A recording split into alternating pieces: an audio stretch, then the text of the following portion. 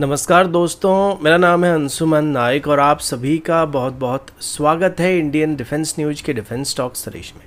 जहां पर हम रोज नए नए डिफेंस अपडेट्स के बारे में बात करते हैं। तो चलिए देर ना करते हुए आज की वीडियो शुरू करते हैं।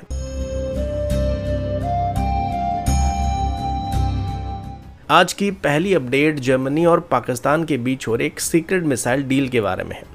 अभी सुनने को मिल रहा है कि जर्मनी की तरफ से अभी क्वाइटली पाकिस्तान को अपनी advance IRIST air defence system को ऑफर किया जा रहा है। ये वही सिस्टम है जो देहल डिफेंस की तरफ से डेवलप किया गया और इसको रशिया और यूक्रेन के वॉर के दौरान भी इस्तेमाल किया गया था, जहां पर इसकी परफॉर्मेंस को काफी अच्छा पाया गया था। IRIST एक शॉर्ट टू मीडियम रेंज का एयर डिफेंस सिस्टम है जिसमें एडवांस इनफिल्ड होमिंग टेक्नोलॉजी और हाई मैन्युवरेबिलिटी का इस्तेमाल किया जाता है। इसके लॉन्चर में 8 मिसाइल मौजूद होते हैं और इसका पूरा मैगजीन सिर्फ 30 सेकंड के अंदर एम्प्टी किया जा सकता है। अभी यूक्रेन में इस सिस्टम ने Russian origin P-800 supersonic cruise missile को इंटरसेप्ट किया था, जिसका लिनेज भारत की ब्रह्मोस मिसाइल के साथ जुड़ा हुआ है। लेकिन यह भी माना जा रहा है कि इंटरसेप्शन की रेट अभी भी सिंगल डिजिट पे मौजूद है, जो ये बताता है कि सुपरसोनिक मिसाइल को इंटरसेप्ट करना इतना आसान नहीं है। अब पाकिस्तान के लिए IRIST जैसे सिस्टम का फायदा ये कि वो भारत के ब्रह्मोस ER मिसाइल को इंटरसेप्ट करने के लिए एक नई लेयर को क्रिएट कर सकता है। ब्रह्मोस ER की रेंज ऑलमोस्ट 450 किलोमीटर तक पहुंच चुकी है और इसका लो फ्लाइंग और high speed attack profile Pakistan के लिए काफी बड़ा थ्रेट बन चुका है।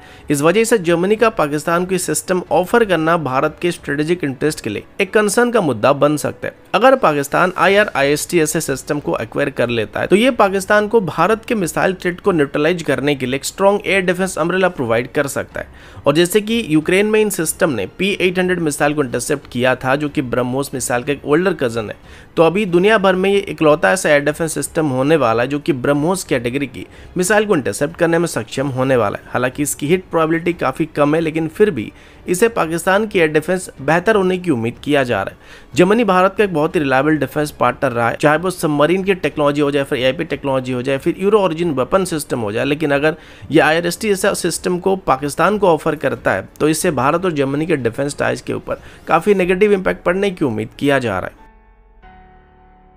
अगला अपडेट इंडियन एयरफोर्स की तरफ से अभी सुनने को मिला है कि डिफेंस मिनिस्ट्री की तरफ से अभी लगभग 10,000 करोड़ का एक प्रपोजल क्लियर किया जाने वाला है, जिसमें इंडियन एयरफोर्स के लिए 3 sophisticated intelligence surveillance target acquisition and reconnaissance aircraft यानी कि I-STAR एयरक्राफ्ट को खरीदने का फैसला किया गया है। अब सवाल है कि ये I-STAR एयरक्राफ्ट क्या होते हैं। ये एयरक्राफ्ट इंडियन एयरफोर्स को एक real time air to ground battlefield view को प्रोवाइड करने में मदद करने वाले हैं, जिसमें एनिमी के radar system, air defence batteries, command post और हाई वैल्यू टारगेट को पहले से डिटेक्ट किया जा सकता है और ये डाटा बाद में इन हाई वैल्यू टारगेट को हिट करने के लिए प्रिसाइज प्लानिंग को करने के लिए इस्तेमाल किया जा सकता है। ये system high resolution targeting, all weather surveillance और डायनामिक बैटलफील्ड मॉनिटरिंग प्रोवाइड कर सकते हैं, जिससे इंडियन एयरफोर्स की ऑफेंसिव कैपेबिलिटी और सिचुएशनल अवेयरनेस दोनों ही कई गुना तक इंप्रूव हो सकता है। सोर्सेज के मुताबिक इन एयरक्राफ्ट को डेवलप करने के लिए बेस के तौर पर बोइंग या फिर बॉम्बार्डियर जैसे एयरक्राफ्ट को बेस के तौर पर इस्तेमाल किया जा सकता है। लेकिन खास बात यह है कि इन एयरक्राफ्ट के अंदर जो सेंसर और इलेक्ट्रॉनिक वॉरफेयर सिस्टम को या सूट्स को इस्तेमाल किया जाएगा वो पूरी तरीके से इंडिजिनस सिस्टम होने वाले, जिनको DRDO के सेंटर फॉर एयरबोर्न सिस्टम यानी कि कैब्स की तरफ से डिजाइन और डेवलप किया गया है। ये indigenous system multi spectral surveillance provide करने वाले, जिसमें रडार, इलेक्ट्रो ऑप्टिकल, इंफ्रारेड और इलेक्ट्रॉनिक इंटेलिजेंस और सिग्नल इंटेलिजेंस कैपेबिलिटी मौजूद होने वाली। इसका मतलब ये कि दुश्मन की मूवमेंट, मिसाइल ट्रैकिंग और इवन कैमोफ्लेज एसेट को भी आसानी से डिटेक्ट किया जा सकता है। और क्योंकि DRDO इन सिस्टम को पहले से डेवलप कर चुका है तो इनका इंटीग्रेशन का काम काफी तेजी से कंप्लीट किया जा सकता है। ऐसे I-STAR प्लेटफॉर्म सिर्फ कुछ सिलेक्टेड देशों के पास ये भी मौजूद है और अगर ये डील फाइनल हो जाती है तो भारत भी उन लिमिटेड देशों के लिस्ट में आ जाएगा जिनके पास real time airborne battle coordination की कैपेबिलिटी मौजूद होने वाली। इसके अलावा इन एयरक्राफ्ट को प्री स्ट्राइक टारगेटिंग और पोस्ट स्ट्राइक डैमेज असेसमेंट जैसे मिशन के लिए भी इस्तेमाल किया जा सकता है। अगला अपडेट भारत और पाकिस्तान की तरफ से और अभी हम ऑपरेशन सिंदूर के बारे में बात करने वाले हैं। अभी तक इंडियन एयरफोर्स की तरफ से ऑपरेशन सिंदूर के दौरान पाकिस्तानी एयरफोर्स की 9 से 12 एयरक्राफ्ट को डिस्ट्रॉय करने की बात सामने आई थी, जिसमें बहुत air to air, air to surface और सरफेस टू एयर किल शामिल थे। लेकिन अभी तक इंडियन एयरफोर्स की तरफ से क्लासिफाई नहीं किया गया था कि कितने एयरक्राफ्ट को surface to air missile system की मदद से मार के गिराया गया था। अभी हिंदुस्तान टाइम्स और ANI की तरफ से पब्लिश की गई रिपोर्ट के मुताबिक भारत के एयर डिफेंस सिस्टम ने इस दौरान 4 से 5 पाकिस्तानी एयरक्राफ्ट को बॉर्डर के आसपास ही शूट डाउन किया था, जिसमें MR-SAM, ACAS Mark 1 और S-400 सिस्टम का इस्तेमाल किया गया था। रिपोर्ट्स के मुताबिक इस दौरान एमआर साम के द्वारा पाकिस्तान की 3 फाइटर जेट को डाउन किया गया था, जिसमें 2 JF-17 और एक मिराज फाइटर शामिल था, जो कि मिराज की 3 या फिर मिराज की 5 वेरिएंट हो सकता है। इसके अलावा आकाश सरफेस टू मिसाइल सिस्टम के द्वारा एक JF-17 को शूट डाउन किया गया था और इस किल को सबसे ज्यादा इंटेंस किल बताया जा रहा है। इसके अलावा S-400 सिस्टम की तरफ से भी पाकिस्तान के एक साब एरिया-OX को डिस्ट्रॉय किया गया था, जिसके बारे में पहले भी बात कर चुके हैं। अभी बताया जा रहा है कि इंडियन एयरफोर्स की तरफ से इन किल के रडार सिग्नेचर और रडार डाटा को भी मीडिया के साथ शेयर किया जाने वाला है। इसके अलावा ग्राउंड किल की बात करें तो पाकिस्तान की एक और साब एरिया-OX C-130B ट्रांसपोर्ट एयरक्राफ्ट और मिनिमम 3 F-16 को डिस्ट्रॉय करने की बात कंफर्म किया जा रहा है। इसके अलावा ऑपरेशन सिंदूर के दौरान नॉर्मल ड्रोन के अलावा पाकिस्तान की 10 UCAV को भी डिस्ट्रॉय करने की बात कंफर्म किया जा रहा है। और इस पूरे इंसिडेंट ने भारत की एयर डिफेंस कैपेबिलिटी को प्रूव किया, जो कि लो RCS वाले UCAV से लेकर AWACS जैसे हाई वैल्यू टारगेट को भी इफेक्टिवली डिस्ट्रॉय कर सकते हैं।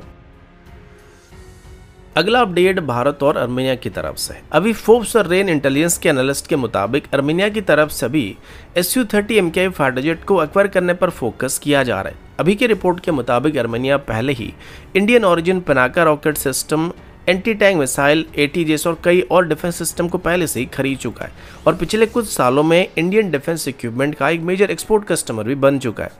अब Su-30 MKI का प्रोक्योरमेंट और Su-30 SM जेट का इंडियन स्टैंडर्ड अपग्रेड अर्मेनिया के एयरफोर्स मॉडर्नाइजेशन को एक नए लेवल पर ले जा सकता है। अजरबैजान ने रिसेंटली JF-17 ब्लॉक 3 जैसे फाइटर जेट को पाकिस्तान से खरीदा था, जिसमें चाइनीज ओरिजिन AESA रडार के साथ PL-15 जैसे VVR मिसाइल इस्तेमाल किए जा सकते हैं, लेकिन इनको काउंटर करने के लिए अर्मेनिया के पास फिलहाल कोई बेहतर ऑप्शन या बेहतर एयरक्राफ्ट मौजूद नहीं है। अर्मेनिया के ज्यादातर एयरक्राफ्ट जो है वो air to ground attack aircraft है और बस लिमिटेड नंबर में यानी कि सिंगल डिजिट में अर्मेनिया के पास Su-30 एयरक्राफ्ट मौजूद है, लेकिन ये भी ओल्डर जनरेशन के यानी कि मॉडर्न वॉर के लिए आउटडेटेड बन चुके हैं। इस वजह से अर्मेनिया की तरफ से अपने existing 4 Su-30 SM fighter jet को मॉडर्नाइज करने के साथ साथ HAL के साथ Indian build Su-30 MKI fighter jet को लेने का प्लान किया जा रहा है, क्योंकि ये कॉस्ट इफेक्टिव होने वाले हैं, साथ ही अर्मेनिया को मेंटेनेंस और ट्रेनिंग के लिए भी आसान पड़ने वाले हैं। अब मजे की बात यह है कि अर्मेनिया की तरफ से अभी असल में Su-30 MKI की वर्तमान की वेरिएंट को नहीं बल्कि अपग्रेडेड वेरिएंट को खरीदने का प्लान किया जा रहा है, यानी कि वो अभी सुपर सुकोई को हासिल करना चाहते हैं, जिसके साथ अर्मेनिया को अस्त्र सीरीज के मिसाइल और ब्रह्मोस मिसाइल भी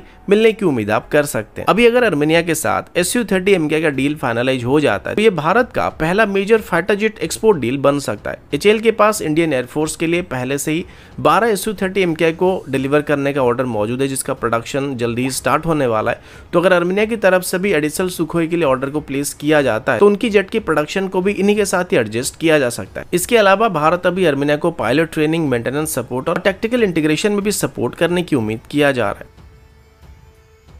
अगला अपडेट इंडियन एयरफोर्स की AWACS प्रोग्राम की तरफ से, जिसे अब ऑफिशियली स्टेल्थ थ्रेट जैसे कि पाकिस्तान की Jet-35A या चाइना की Jet-20 जैसे फाइटर जेट को डिटेक्ट करने के लिए डिजाइन किया जा रहा है। आप सभी को पता होगा कि इंडियन एयरफोर्स की तरफ सभी एडिशनल 12 AWACS को अपनी सर्विस में शामिल करने का फैसला किया गया था, जिसमें 6 नेत्र Mark 1 है और 6 नेत्र Mark 2 AWACS होने वाले हैं, जिनको जल्द ही इंडियन एयरफोर्स में इंडक्ट करने का प्लान किया जा रहा है। इस बीच पता चला है कि चाइना और पाकिस्तान के स्टेल्थ फाइटर जेट को देखते हुए अभी नेत्र Mark 1 AWACS के रडार में कुछ एडिशनल मॉडिफिकेशन किए जाने वाले हैं। नेत्र Mark 1 में इस्तेमाल होने वाली रडार की सबसे बड़ी खासियत gallium nitride based AESA radar technology होने वाला है, जो कि traditional gallium arsenide based radar के मुकाबले ज्यादा पावरफुल, ज्यादा हीट रेजिस्टेंट और ज्यादा हाई आउटपुट के साथ आने वाले हैं। इस रडार को मल्टीपल फ्रीक्वेंसी बैंड से ऑपरेट करने के लिए भी डिजाइन किया जा रहा है, जिससे लो RCS टारगेट जैसे कि स्टेल्थ फाइटर जेट को भी लॉन्ग रेंज में डिटेक्ट कर पाएंगे। इसमें एडवांस सिग्नल प्रोसेसिंग एल्गोरिथम और AI ड्रिवन ट्रैकिंग सॉफ्टवेयर का भी इस्तेमाल किया जा रहा था कि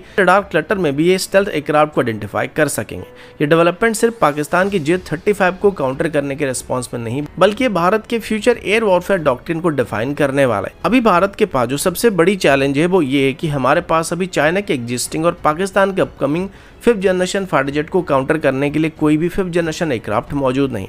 और अगर एमका की बात करें तो इसे तैयार होने में 2035 तक का समय लगने वाला है। तो ऐसे में इन टर्म सोल्यूशन की बात करें तो अगर हम दुश्मन की स्टेल्थ फाइटर जेट को दूर से ही ट्रैक कर पाएंगे तो उनको न्यूट्रलाइज करना हमारे लिए थोड़ा आसान होने वाला है। हमारे पास पहले से ही मिटियोर जैसे मिसाइल मौजूद है और आने वाले कुछ सालों में अस्त्र मार्क 2 या फिर मार्क 3 जैसे मिसाइल जल्दी ऑपरेशन होने वाले। तो अगर हमारे पास स्टेल्थ को डिटेक्ट और ट्रैक करने वाला सिस्टम पहले से ही मौजूद रहता है तो हम दुश्मन की स्टेल्थ फाइटर जेट के ऊपर भी मिसाइल को फायर कर सकेंगे। भले ही हमारे एयरक्राफ्ट के रडार उनको स्टैंड ऑफ रेंज से डिटेक्ट नहीं कर पाएंगे, लेकिन अगर हमारे एवक्स उनको डिटेक्ट और ट्रैक कर पाते हैं तो स्टैंड ऑफ रेंज से डाटा लिंक के जरिए भी मिसाइल को उनके ऊपर लॉन्च किया जा सकता है, फिर गाइड किया जा सकता है और ये फ्यूचर एयर वॉर में गेम चेंजिंग मूव होने की उम्मीद किया जा रहा है।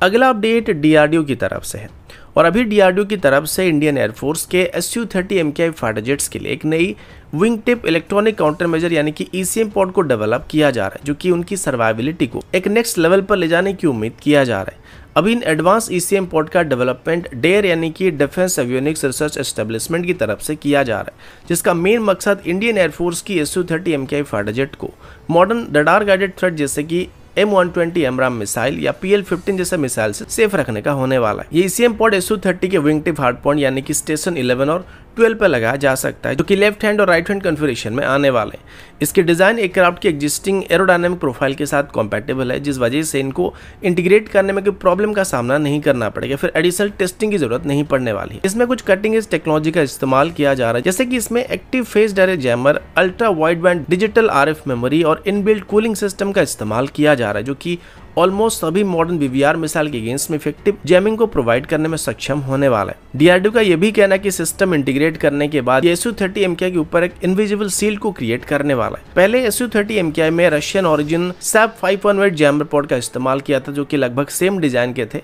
और ये आमतौर पर Su-30 MKI के लिए एक स्टैंडर्ड इलेक्ट्रॉनिक वॉरफेयर पॉड का काम करते थे, लेकिन इनका वेट काफी ज्यादा होता था और मॉडर्न थ्रेट के अगेंस्ट में इनकी परफॉर्मेंस इतना अच्छा नहीं पाया गया था, जिस वजह से इंडियन एयरफोर्स की तरफ से Su-30 MKI के साथ